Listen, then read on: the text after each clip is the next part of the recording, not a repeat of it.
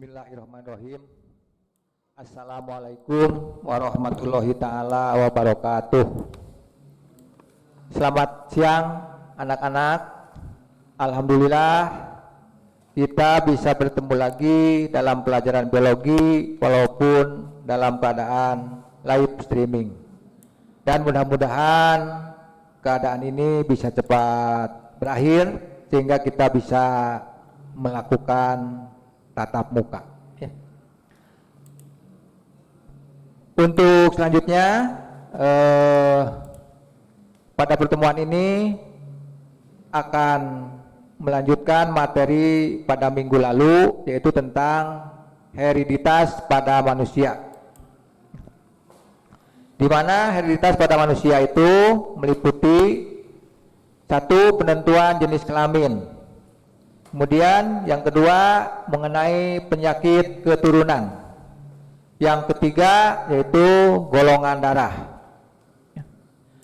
Untuk penentuan jenis kelamin dan golongan darah dan penyakit keturunan, nah itu sudah dibahas pada pertemuan minggu lalu.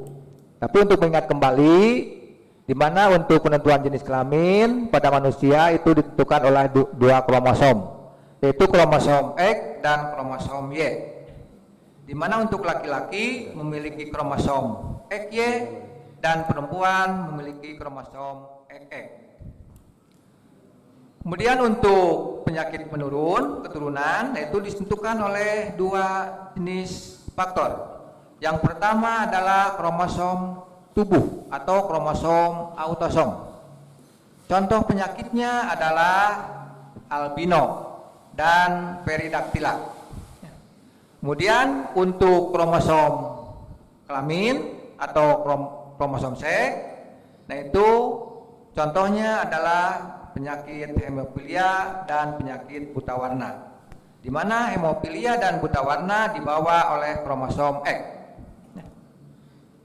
Kemudian yang terakhir yang akan kita bahas sekarang yaitu golongan darah. Di mana golongan darah pada manusia itu diketahui ada 3 macam golongan. Yang pertama golongan darah ABO, sistem ABO. Yang kedua golongan darah MN. Yang ketiga golongan darah rhesus. Nah, mari kita masuk ke golongan darah ABO. Bagaimana untuk menentukan golongan darah sistem ABO? Nah, tentu ada dasar-dasarnya. Untuk menentukan golongan darah sistem ABO, maka dilihat berdasarkan adanya agglutinogen atau antigen dan agglutinin atau antibody. Nah, di mana untuk agglutinogen diketahui ada 2 macam, ada agglutinogen A, agglutinogen B. Begitu juga agglutinin, ada agglutinin alfa dan agglutinin beta. Itulah sebagai dasar untuk penentuan golongan darah. Nah, untuk golongan darah sistem ABO, untuk golongan darah A, di mana dalam eritrositnya memiliki agglutinogen A dan dalam plasmanya memiliki agglutinin beta. Golongan darah B dalam eritrositnya memiliki agglutinogen B dan dalam plasmanya mengandung agglutinin alfa. Golongan darah AB dalam eritrositnya memiliki agglutinogen A dan B dan dalam plasmanya tidak memiliki agglutinin. Sedangkan untuk golongan darah O dalam eritrositnya tidak memiliki agglutinogen, dalam plasmanya memiliki agglutinin alfa dan beta. Untuk transfusi darah, maka untuk transfusi dikenal ada donor dan ada resipien. Untuk donor A, B, AB dan O, dan resipien juga A, B, AB dan O. Golongan darah A dapat menyumbang ke golongan darah A, artinya tidak terjadi agglutinasi. Golongan darah B tidak dapat menyumbang ke golongan darah A, maka terjadi agglutinasi, yaitu dapat dilambangkan dengan lambang positif atau plus. Aglutinasi terjadi apabila aglutinogen bertemu dengan aglutinin bukan pasangannya. Nah, di mana untuk golongan darah B mempunyai aglutinin alfa bertemu dengan aglutinogen A, maka terjadi aglutinasi.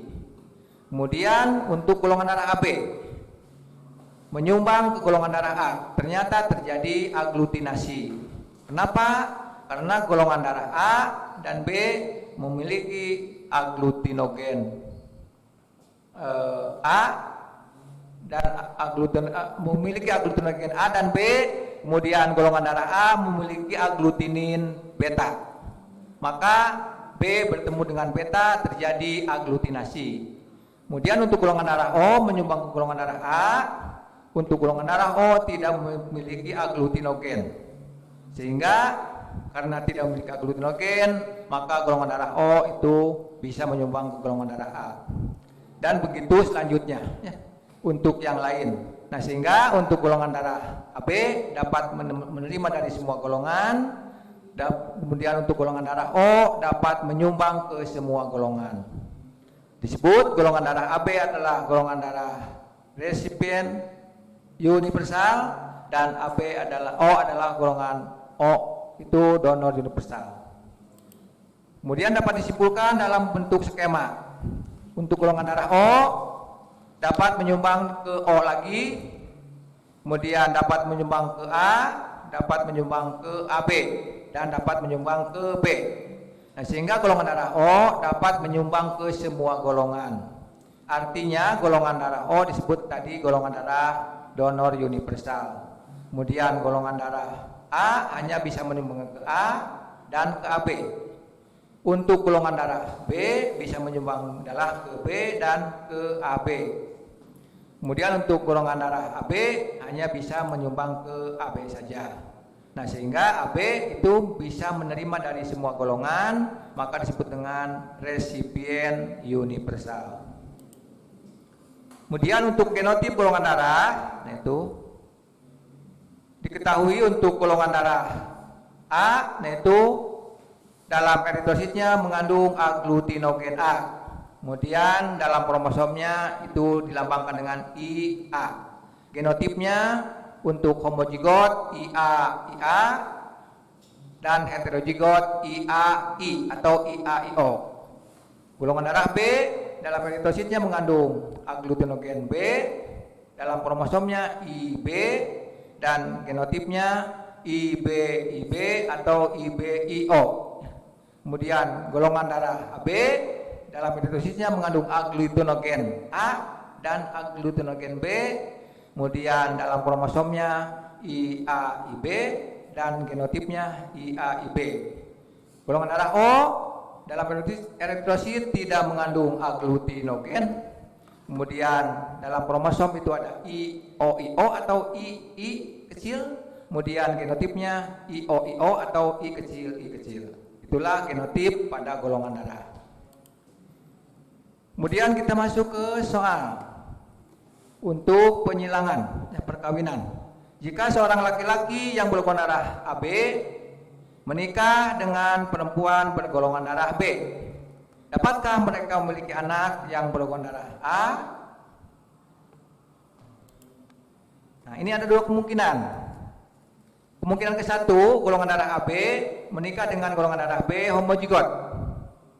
Itu gametnya adalah IAIB untuk golongan darah AB, dan untuk golongan darah B homozigot adalah IB. Kemungkinan anaknya yaitu golongan darah yang mungkin yaitu IAIB dengan B homozigot, maka kemungkinan yang lahir adalah golongan darah AB dan golongan darah B. Jadi 50% untuk golongan darah AB dan 50% untuk golongan darah B.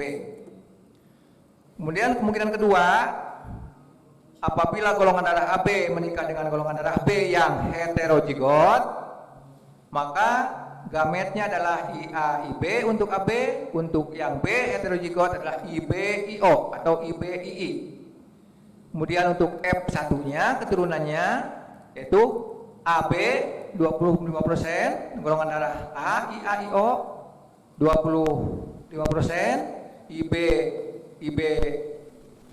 25%, dan IBI 25%. Nah, sehingga itu untuk golongan darah AB 25%, A 25%, untuk B 25%, dan B heterozigot 20%. Sehingga untuk AB, B dan B homozigot dan B heterozigot itu 50%. Jadi 25%, 20% semuanya.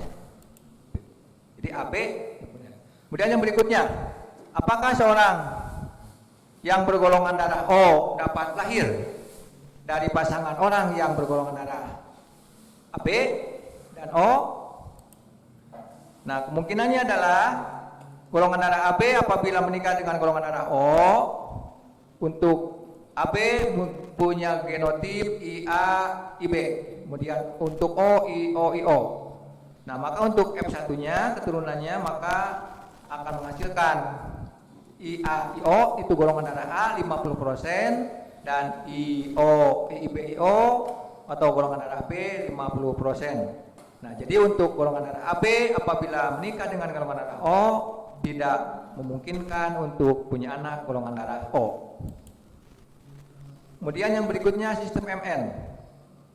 Nah, untuk sistem MN itu di mana golongan darah MN, yaitu golongan darah M dalam eritrositnya memiliki aglutinogen M.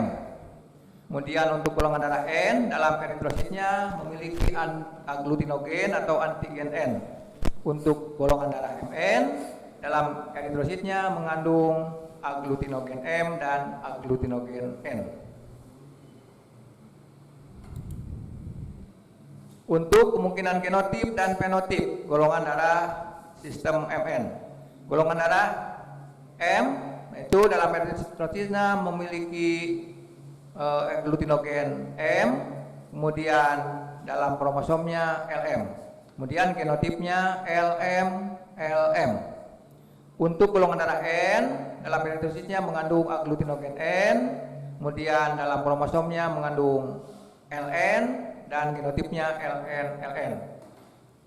Untuk golongan darah MN itu dalam eritrositnya mengandung aglutinogen M dan N, kemudian dalam kromosomnya mengandung LM dan LN, kemudian genotipnya LM dan LN. Nah, untuk contoh soal golongan darah MN. Jika Tuan K golongan darah N kawin dengan Nyonya K golongan darah MN. Nah, Tuan K golongan darah N, kemudian Nyonyanya golongan darah MN. Untuk genotipnya LN yaitu LN, golongan darah N. Kemudian MN yaitu LM dan LN. Untuk F1-nya yaitu menghasilkan 50% golongan darah MN dan 50% golongan darah N. Kemudian kemungkinan genotip dan fenotip dalam golongan darah faktor resus. Ini terakhir. Nah, di mana untuk golongan darah resus memiliki fenotip RH positif dan RH negatif. Kemudian antigen pada eritrosit untuk RH positif yaitu RH besar, kemudian dalam kromosomnya R besar dan genotipnya R besar, dan R besar kecil. Kemudian untuk RH negatif di mana dalam eritrositnya mengandung RH tidak mengandung RH, kemudian dalam kromosomnya R kecil, kemudian genotipnya R besar, R kecil. Itu yang RH negatif. Untuk contoh penerapannya di mana untuk Tuan A yang resus positif, kemudian kawin dengan Nyonya A resus negatif.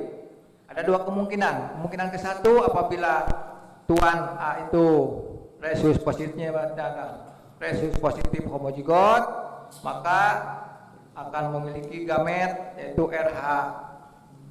Kemudian untuk yang resus negatif itu RH kecil. Maaf tadi untuk yang homozigot RH besar. Maka kemungkinannya adalah RH besar, RH kecil, maka kemungkinan anaknya 100% itu untuk yang resus positif. Kemungkinan yang kedua, apabila resus positifnya heterozigot dengan resus negatif, maka untuk gametnya adalah RH besar, RH kecil, kemudian untuk yang negatifnya RH kecil.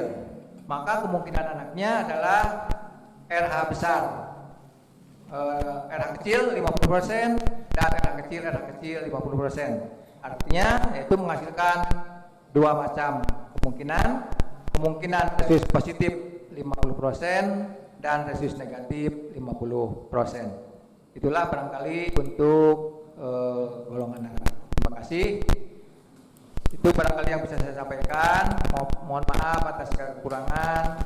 Wassalamualaikum warahmatullahi taala wabarakatuh.